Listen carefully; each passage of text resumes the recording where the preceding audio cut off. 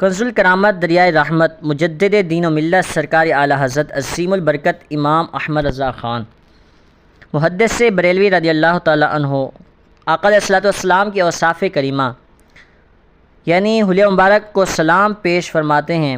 آپ کی زباں وہ زباں جس کو سب کن کی کنجی کہیں، ان کی نافذ حکومت پہ لاکھوں سلام۔ آپ کے لب پتلی پتلی گلف قدس کی پتیاں، ان لبوں کی نزاکت پہ لاکھوں سلام۔ آپ کا دہن وہ دہن جس کی ہر بات وہی خدا، چشم علم و حکمت پہ لاکھوں سلام۔ آپ کی پیشانی جس کے ماتھے شفاعت کا صحرا رہا، اس جبین سعادت پہ لاکھوں سلام۔ آپ کی نگاہ جس طرف اٹھ گئی دم میں دم آ گیا، اس نگاہ عنایت پہ لاکھوں سلام۔ آپ کا رنگ جس تاریک دل جگمگانے لگے، اس چمک والی رنگت پہ لاکھوں سلام۔ آپ کی بات اس کی باتوں کی لذت پہ لاکھوں درود، اس کے خطبوں کی ہیبت پہ لاکھوں سلام۔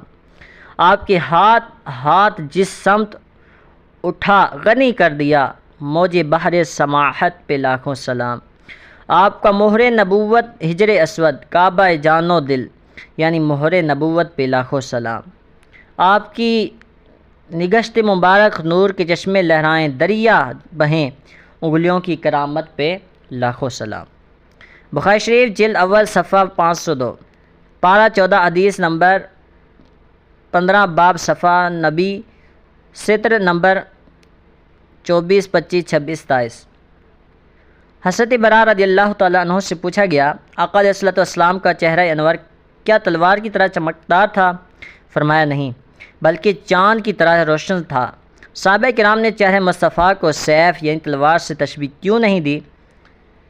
تشبیہ نہ دینے کی وجہ یہ تھی کہ اس میں طول ہے، اور آپ کا چہرہ پاک لمبا نہیں بلکہ گول تھا، اور چاند سے تشبیہ اس لیے دی گئی کہ چاند میں چمک ہے، چاند میں دمک ہے، چاند میں نورانیت ہے، تو معلوم ہوا کہ چاند کی چمک رسول اللہ کا صدقہ، چاند کی دمک رسول اللہ کا صدقہ، چاند کا حسن و جمال رسول اللہ کا صدقہ، چاند کی نورانیت رسول اللہ کا صدقہ، اور چاند سے جو تشبیہ دی گئی یہ تو تشبیہ تقریبی ہے، ورنہ یہ ایک چاند کیا لاکھوں چاندوں کی چاندنی چہرہ مصطفیٰ کی چمک کے سامنے پھیکی ہے۔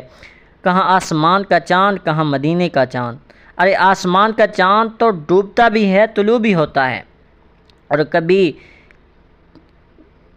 گہنا بھی جاتا ہے، مگر مدینے کا چاند ایسا ہے جو کبھی ڈوبا ہے نہ کبھی ڈوبے گا، اور کبھی چمک میں کمی آئی ہے نہ کبھی آئے گی۔